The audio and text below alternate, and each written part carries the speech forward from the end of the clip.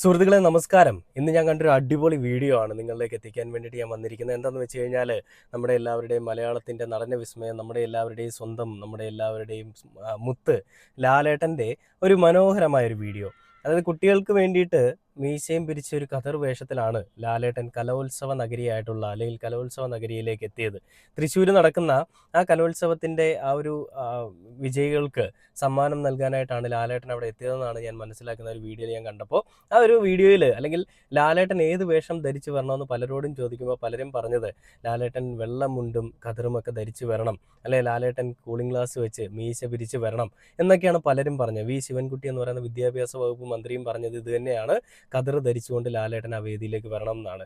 ഈ പറഞ്ഞ എല്ലാ ആളുകളുടെയും വാക്കുകളെ മാനിച്ചുകൊണ്ട് ഈ പറഞ്ഞ എല്ലാ ആളുകൾക്കും ഒരു സ്നേഹ ഉപകാരമായിട്ട് ലാലേട്ടൻ അവിടെ എത്തിയ രീതി അതെങ്ങനെയാണെന്നുള്ളത് ഞാൻ നിങ്ങളെ ഒന്ന് കാണിച്ചു തരാം. ആ ഒരു രാജകീയ വരവാണ്, അല്ലെങ്കിൽ ആ ഒരു രാജകീയ വരവിനാണ് തൃശ്ശൂർ സാക്ഷ്യം വഹിച്ചത്. അപ്പം അങ്ങനെ ലാലേട്ടൻ ആ ഒരു രാജകീയ വരവ് അവിടേക്ക് വന്നതിൻ്റെ വീഡിയോ ഞാൻ എന്തായാലും നിങ്ങളെ ഒന്ന് കാണിച്ചു തരാം. സംസ്ഥാന സ്കൂൾ കലോത്സവ സമാപനത്തിൽ മുഖ്യാതിഥിയായി മോഹൻലാൽ എത്തിയിരിക്കുന്നു. വേദിയിൽ തിരശ്ശീല ഉയർന്നിരിക്കുന്നു. മന്ത്രി വി ശിവൻകുട്ടി, മോഹൻലാൽ, മന്ത്രി കെ രാജൻ അടക്കമുള്ള റോബോട്ടിക് മാത്രം നടത്താൻ ബാക്കിയുള്ളത്. ബാക്കി എല്ലാവരും എത്തിയിരിക്കുന്നത്. മോഹൻലാലിനെ കാത്തിരിക്കുകയായിരുന്നു ഇവിടെ കൂടിയിരിക്കുന്ന ഇത്രയധികം ആളുകൾ. പരിപാടികളൊന്നും ഇല്ലാത്തതിനാൽ ഇതിപ്പോ പ്രത്യേകിച്ച് പരിപാടികളൊന്നും ഇല്ലാത്ത ഇത്തരം പരിപാടികൾ പൂർത്തിയായ കുട്ടികൾ ഇവിടെ നിന്ന് വിട്ടുപോകാതെ മോഹൻലാലിനെ കാണാൻ ഉദ്ദേശിച്ചിരുന്ന ഇവിടെ വരെ അവർ വെയിറ്റ് ചെയ്യുകയായിരുന്നു. മോഹൻലാൽ വന്നിരിക്കുന്നു. പ്രൗഢമായ സദസ്സ്, അങ്ങേയറ്റം പ്രൗഢമായ മന്ത്രിമാരും ജനപ്രതിനിധികളും അണിനിരുന്ന മലയാളത്തിന്റെ പ്രിയപ്പെട്ട നടൻ മോഹൻലാൽ ഇരിക്കുന്ന വളരെ ഏറെ പ്രൗഢമായ സദസ്സ്.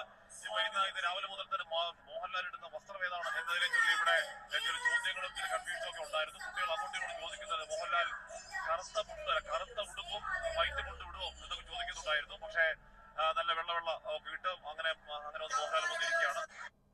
കണ്ടില്ലേ ആ ലാലേട്ടൻ്റെ കടന്നു വരുന്ന വീതികളെ രാജവീതികളാക്കിക്കൊണ്ടുള്ള ഒരു വരവിൻ്റെ ഒരു വീഡിയോ ആണ് നിങ്ങളിപ്പോൾ കണ്ടത്. അതിനുശേഷം ലാലേട്ടൻ മീശയും പിരിച്ചുകൊണ്ട് അവിടെ നിന്നുകൊണ്ട് ആ സ്റ്റേജിൽ നിന്ന് അനൗൺസ് ചെയ്ത് നല്ല പ്രസംഗിക്കുന്ന ആ ഒരു വീഡിയോ കൂടെ ഞാൻ നിങ്ങളെ ഒന്ന് കാണിച്ചു തരാം. എന്തായാലും ബഹുമാനപ്പെട്ട മന്ത്രി പറഞ്ഞ പോലെ എന്ത് വേഷം ഇട്ടുകൊണ്ടാണ് വരുന്നത് ഒരു വലിയ ചർച്ചാ വിഷയമായിരുന്നു. അപ്പൊ എല്ലാവരെയും സന്തോഷിപ്പിക്കുന്ന രീതിയിൽ ഖദർ ധരിച്ചു, പിന്നെ കുട്ടികൾക്ക് വേണ്ടി കുറച്ച് മീശ യൂണിക് ആയിട്ട് വേഷമാണ്. ഞാൻ കൈത്തറിക്ക് വേണ്ടിയിട്ട് ബ്രാൻഡ് അംബാസിഡർ അല്ല ഗുഡ്വിൽ അംബാസിഡർ ആയിട്ടൊക്കെ ചെയ്തിട്ടുള്ളതാണ്. എനിക്ക് ഇഷ്ടപ്പെട്ട വേഷമാണ്. അപ്പം എൻ്റെ അടുത്ത് മന്ത്രി പറഞ്ഞു ഇങ്ങനെ തന്നെ വരണം. കണ്ടില്ലേ, കുട്ടികളുടെ ആഗ്രഹം സാധിച്ചു കൊടുക്കുന്നതിനോടൊപ്പം മന്ത്രി പറഞ്ഞ ആ ഒരു വാക്ക് പാലിച്ചുകൊണ്ട് തന്നെയാണ് ലാലേട്ടൻ അവിടെ എത്തിയത്. അതിന്റെ മറ്റൊരു വീഡിയോ കൂടെ ഞാൻ എന്തായാലും കാണിച്ചു തരാം.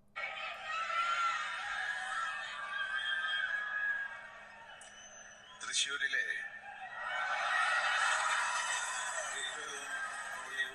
പരിപാവനമായ ആ ഒരു ക്രൗഡ് കേട്ടില്ലേ? നിന്നാണ്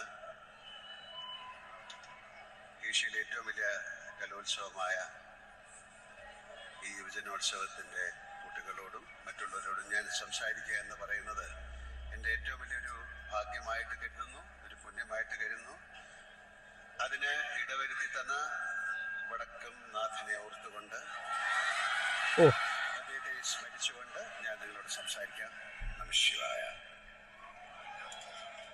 ബഹുമാനപ്പെട്ട പ്രതിപക്ഷ നേതാവ് വി ഡി സതീശൻ സാർ, ബഹുമാനപ്പെട്ട വിദ്യാഭ്യാസ മന്ത്രി ശ്രീ ശിവൻകുട്ടി സാർ, മറ്റ് മന്ത്രിമാർ, വേദിയിലും സദസ്സിലും ഇരിക്കുന്ന മഹത് വ്യക്തികളെ, പ്രിയപ്പെട്ട വിദ്യാർത്ഥി സുഹൃത്തുക്കളെ, അധ്യാപക അനധ്യാപക അംഗങ്ങളെ, രക്ഷകർത്താക്കളെ, എൻ്റെ ഏറ്റവും പ്രിയപ്പെട്ട കൊച്ചു കൂട്ടുകാരികളെ, വളരെ സന്തോഷത്തോടെയാണ് ഈ കലയുടെ ഈ വാർഷിക മാമാകവേളയിൽ ഞാനിവിടെ നിൽക്കുന്നു, നിങ്ങളോട് സംസാരിക്കുന്നു. ബഹുമാനപ്പെട്ട മന്ത്രി പറഞ്ഞ പോലെ എന്ത് വേഷം ഇട്ടുകൊണ്ടാണ് വരുന്നത് ഒരു വലിയ ചർച്ചാ വിഷയമായിരുന്നു. കണ്ടില്ലേ, ഇതാണ് ലാലേട്ടൻ അവിടെ പറഞ്ഞത്. ആ കുട്ടികളുടെ ഒരു ആരവം, ആ കുട്ടികളെല്ലാവരും അക്ഷമരായിട്ട് ലാലേട്ടൻ എന്ന് പറയുന്ന ഒരു നമ്മുടെ മഹനീയ വ്യക്തിയെ, അല്ല ഒരു മഹാനടനെ കാണാൻ വേണ്ടിയിട്ട് അവിടെ കട്ട വെയിറ്റിംഗ് ആയിരുന്നു. ലാലേട്ടൻ്റെ അനൗൺസ്മെന്റ് കഴിഞ്ഞപ്പോൾ തന്നെ കുട്ടികളെല്ലാവരും എഴുന്നേറ്റ് പോവുകയും ചെയ്തു കേട്ടോ. അത് വേറെ കാര്യം. ലാലേട്ടനെ കാണാൻ വേണ്ടിയിട്ടാണ് അവരെല്ലാവരും അക്ഷമരായിട്ട് വെയിറ്റ് ചെയ്തിരുന്നത് നമ്മൾ മനസ്സിലാക്കണം. അപ്പം ഞാൻ പലപ്പോഴും മോഹൻലാലിനെ കുറ്റം പറഞ്ഞുകൊണ്ട് വീഡിയോ ചെയ്യുന്നത് ചില ആളുകൾ ഇപ്പോൾ ചിന്തിക്കുന്നുണ്ടാവാം.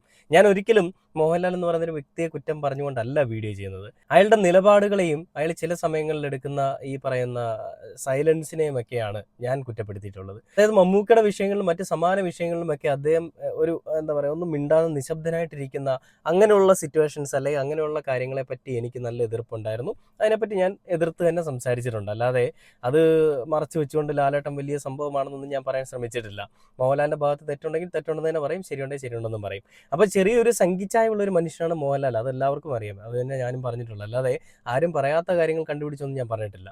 അപ്പം അങ്ങനെ ഒരു തവണ എന്തോ തല കുനിച്ച് കൊടുത്തതുകൊണ്ട് തന്നെ ജീവിതകാലം മുഴുവൻ അങ്ങനെ ആയി പോകുന്ന ഒരു അവസ്ഥയിലേക്ക് ലാലേട്ടൻ മാറി. അതിനൊന്നും ഞാനിവിടെ പറയുന്നില്ല. അതിനെ നമ്മളിപ്പോൾ നോക്കേണ്ടത് ആ ലാലേട്ടൻ കുട്ടികൾക്ക് വേണ്ടിയിട്ട് തൻ്റെ മീശയും പിരിച്ച് തൻ്റെ ഖദറും ഇട്ടുകൊണ്ട് ആ കുട്ടികളെയും അവിടെ ഇരിക്കുന്ന എല്ലാവരെയും നല്ല രീതിയിൽ കയ്യിലെടുത്തുകൊണ്ട് ഒരു വലിയൊരു ജനഘോഷം അല്ല ആരവമാണ് നമ്മളിവിടെ കേൾക്കുന്നത്. കുട്ടികളെല്ലാവരും ലാലേട്ടാന്ന് നിഷ്കളങ്കമായ വിളിയും കുട്ടികളുടെയൊക്കെ ആ ഒരു സ്നേഹ പ്രകടനമൊക്കെ നമ്മൾ കാണുന്നുണ്ട്. അപ്പോൾ ആ ലാലേട്ടൻ നമുക്കറിയാം അമ്മ മരിച്ച് വലിയ വിഷമത്തിലൊക്കെ ആയിരുന്നു. ആ വിഷമഘട്ടം തരണം ചെയ്ത് അദ്ദേഹം വീണ്ടും അദ്ദേഹത്തിൻ്റെ ലൈഫിലേക്ക് തിരികെ വരികയാണ്.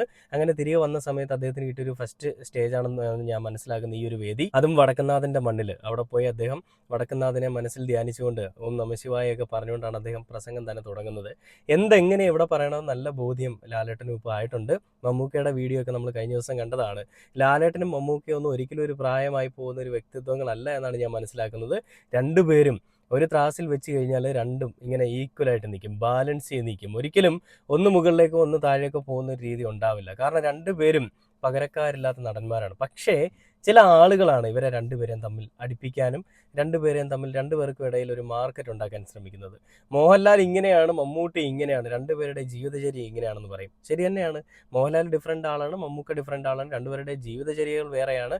ഫുഡ്, അവരുടെ രണ്ടുപേരുടെ ഫുഡ് അവർ എടുക്കുന്ന രീതി വേറെയാണ്. ഡയറ്റ് വേറെയാണ്. ഇതെല്ലാം വേറെയാണ്. പക്ഷേ സിനിമയിലും ഇവർ വേറെയാണെന്ന് പറഞ്ഞുകൊണ്ട് ചില ആളുകൾ വേറെ രീതിയിൽ കളിക്കുന്നുണ്ട്. രണ്ടുപേർക്കിടയിൽ ഒരു കോമ്പറ്റീഷൻ ഇല്ലാതെ നിങ്ങൾ മനസ്സിലാക്കണം. മമ്മൂക്കയും മോഹൻലാലും അന്നും ഇന്നും എന്നും സഹോദര തുല്യന്മാരായിട്ടാണ് അങ്ങോട്ടും ഇങ്ങോട്ടും കാണുന്നത്. മമ്മൂക്ക മോഹൻലാലിനെ ലാലു എന്നും മോഹൻലാൽ മമ്മൂക്കയെ ഇച്ചാക്ക എന്നുമാണ് വിളിക്കുന്നത്. അപ്പോൾ അങ്ങനെയുള്ള രണ്ട് സ്നേഹബന്ധങ്ങൾ അല്ലെങ്കിൽ സ്നേഹ വ്യക്തിത്വങ്ങൾ അല്ലെങ്കിൽ വ്യക്തിത്വങ്ങൾ എന്തിനാണ് അവരെ ഇങ്ങനെ അപഖ്യാതികളും അപരാധങ്ങളും ഒക്കെ പറഞ്ഞുകൊണ്ട് കളിയാക്കാൻ നിൽക്കുന്നത്? ഒരിക്കലും നമ്മൾ ആ രീതിയിൽ നിന്നിട്ടില്ല. പക്ഷേ നിലപാടുകളിൽ ചെറിയ വ്യത്യാസങ്ങൾ രണ്ടുപേർക്കും ഇടയിലുണ്ട്. അതായത് മമ്മൂക്കയുടെ നിലപാടല്ല മോഹൻലാലിൻ്റെ നിലപാട്, അതും വ്യത്യാസം വരും. പക്ഷേ മമ്മൂക്കയെ പോലെ ആവാൻ മമ്മൂക്കയ്ക്ക് മാത്രമേ പറ്റുള്ളൂ, അത് ലാലേട്ടനെ കൊണ്ട് പറ്റില്ല. അത് വേറൊരു കാര്യം. അപ്പം മോഹൻലാലിൻ്റെ ഈ ഒരു ലുക്ക് അല്ലെങ്കിൽ നമ്മുടെ എല്ലാവരുടെ മലയാളത്തിൻ്റെ ലാലേട്ടൻ്റെ ഈ ഒരു ലുക്ക് സോഷ്യൽ മീഡിയ ഒന്നടങ്കം കയ്യേറി അല്ലെങ്കിൽ ഏറ്റെടുത്തിരിക്കുകയാണ്. വൻ വൈറലായിക്കൊണ്ട് ലാലേട്ടൻ്റെ പ്രസംഗവും ലാലേട്ടൻ്റെ വരവും എല്ലാം പോയിരിക്കുകയാണ്. കുട്ടികൾക്ക് വേണ്ടിയിട്ട് എന്തും ചെയ്യുന്ന രണ്ട് നല്ല മനുഷ്യന്മാരാണ് മമ്മൂക്കയും മോഹൻലാലും. ആ രണ്ട് നല്ല മനുഷ്യന്മാർക്കിടയിലുള്ള അല്ലെങ്കിൽ ആ രണ്ട് നല്ല മനുഷ്യന്മാരുടെ ഓരോ വീഡിയോസാണ് നമ്മൾ ഈ സമീപ ദിവസങ്ങളിലും ഇന്നും ചർച്ച ചെയ്തുകൊണ്ടിരിക്കുന്നത്. എന്തായാലും ലാലേട്ടനും മമ്മൂക്കയും ഒക്കെ ഉള്ള ഒരു സമയം നമ്മുടെ ഈ പറയുന്ന 90s കാലഘട്ടമൊക്കെ ഒരുപാട് മനോഹരമാക്കിയ രണ്ട് വ്യക്തിത്വങ്ങളാണ്. ഒരുപാട് നന്ദി മമ്മൂക്ക, ലാലേട്ട. ഞങ്ങളുടെ ഈ ഒരു കാലഘട്ടം അല്ലെങ്കിൽ ഞങ്ങളുടെ ബാല്യകാലം ഒരുപാട് മനോഹരമാക്കിയത് നമ്മളുടെ മാത്രമല്ല, 90siലുള്ളവരുടെ അല്ല, അതിന് മുകളിലോട്ടുള്ള ആളുകളുടെയും എല്ലാം ഒരുപാട് ബാല്യകാലങ്ങൾ നല്ല രീതിയിൽ അടിപൊളിയാക്കി കൊടുത്ത രണ്ട് വ്യക്തിത്വങ്ങളാണ് ലാലേട്ടനും മമ്മൂക്കയും ഒക്കെ. പകരക്കാരനില്ലാത്ത നടന്മാരെന്ന് അതുകൊണ്ടാണ് വിളിക്കുന്നത്. അപ്പോൾ അങ്ങനെ അവർക്കിടയിലില്ലാത്ത അല്ല അവർക്ക് അങ്ങോട്ടും ഇങ്ങോട്ടും ഇല്ലാത്ത പ്രശ്നങ്ങളാണ് ഇവിടെ ഫാൻസ് എന്ന് പറയുന്ന കുറച്ച് മരവാഴകൾക്ക്. ദൈവത്തെ ഓർത്ത് ഈ രണ്ട് വ്യക്തിത്വങ്ങളെ തമ്മിൽ അടുപ്പിക്കാനായിട്ട് ഇനിയൊന്നും പറഞ്ഞുകൊണ്ട് വരരുത്. പക്ഷേ നിലപാടുകളിൽ വ്യത്യാസമുണ്ടെന്നുള്ളത് ഞാൻ എപ്പോഴും പറയും, ഇപ്പോഴും പറയും. അതെന്തായാലും അവിടെ തന്നെ നിൽക്കട്ടെ. അതിനെപ്പറ്റി നമ്മൾ ചർച്ച ചെയ്യാറുണ്ട്. വെറുതെ ഫാൻസ് ആണെന്ന് പറഞ്ഞുകൊണ്ട് ഇവർ രണ്ടുപേരും തമ്മിൽ അടുപ്പിക്കുന്ന അങ്ങനത്തെ ചർച്ചകളുമായിട്ട് വരരുത്. അവർക്ക് രണ്ടുപേർക്കും ഇടയിൽ അങ്ങനെ ഒന്നുമില്ല. അവർ നല്ല രണ്ട് വ്യക്തിത്വങ്ങളാണ്, നല്ല ഫ്രണ്ട്സാണ്, തിക്ക് ഫ്രണ്ട്സാണ്, നല്ല ബ്ലഡ് റിലേഷൻഷിപ്പ് ആണെന്ന് വേണമെങ്കിൽ നമുക്ക് പറയാം. അപ്പോൾ ഇത്രയേ ഉള്ളൂ. നിങ്ങളിലേക്ക് ഈ ഒരു മനോഹരമായ വീഡിയോ എത്തിക്കുക എന്നുള്ള ഉദ്ദേശത്തോടു കൂടിയാണ് വന്നത്. അപ്പോൾ ഓക്കെ, ബൈ.